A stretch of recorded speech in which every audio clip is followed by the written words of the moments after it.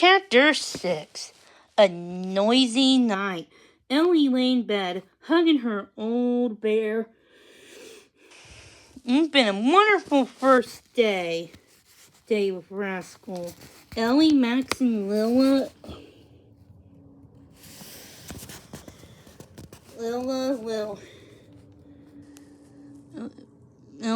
Lilla spent hours playing with him, and Granddad came over to admire him, too.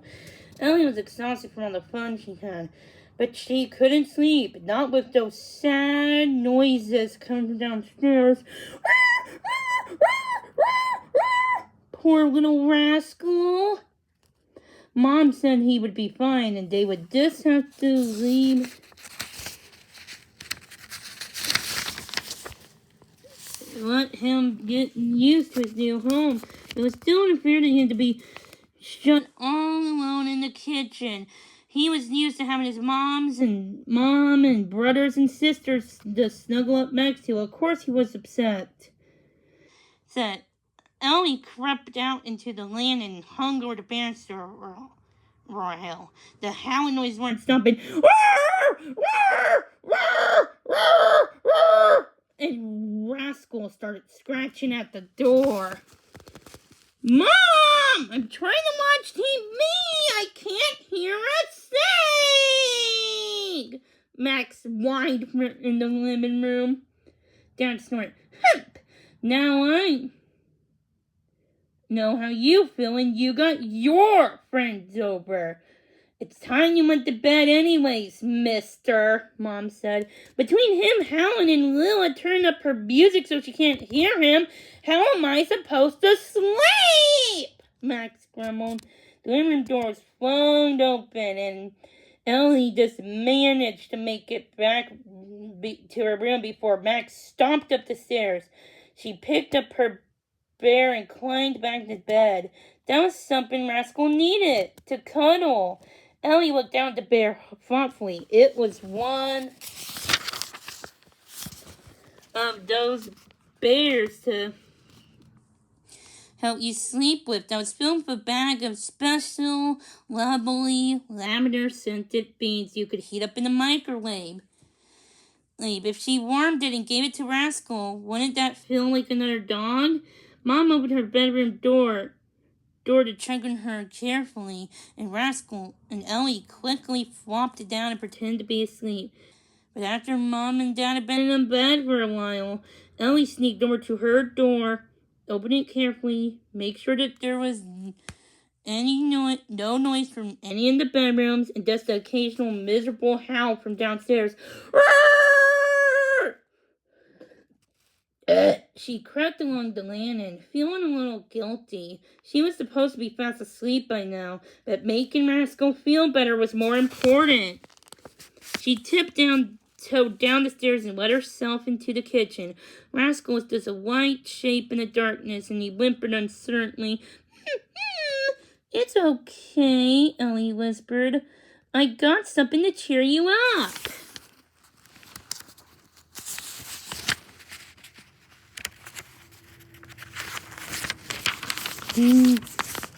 Rascal climbed out of his bed and pattered over to her as she put the bag of scented beans into the microwave. I'm just making you a dog to cuddle. It will be just like your mom. Mom, she explained, crouching down and picking up Rascal. He sighed. The pup sighed gratefully. He watched the bag revolving around the microwave with interest if it was food. There you go, Ellie said, slipping the bag inside the bear. She crouched down and carefully arranged it back to his bed so he can snuggle up to it. But when she put Rascal back to his bed, he climbed straight out onto her lap. Ellie giggled. No, you're supposed to cuddle up with your bear. Rascal obviously didn't like to think the bear was his mom. I suppose your mom isn't lavender scented, said Ellie, watching as he curled up to sleep on her lap. Rascal, my foot's going to sleep, she whispered. But Rascal looked so worn out she couldn't bear to move.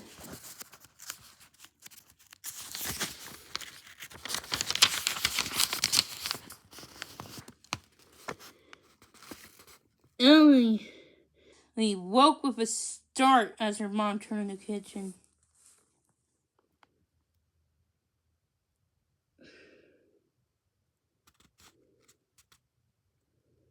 Ellie, what are you doing in here? It's 1:30 in the morning, she whispered. Ow! Ellie murmured. She'd fallen asleep, leaned against the cupboard with her legs crossed, and now they ached. So did her bottom. No, Mom carefully placed the fast-asleep puppy into the basket. I just went into the bathroom and I noticed that your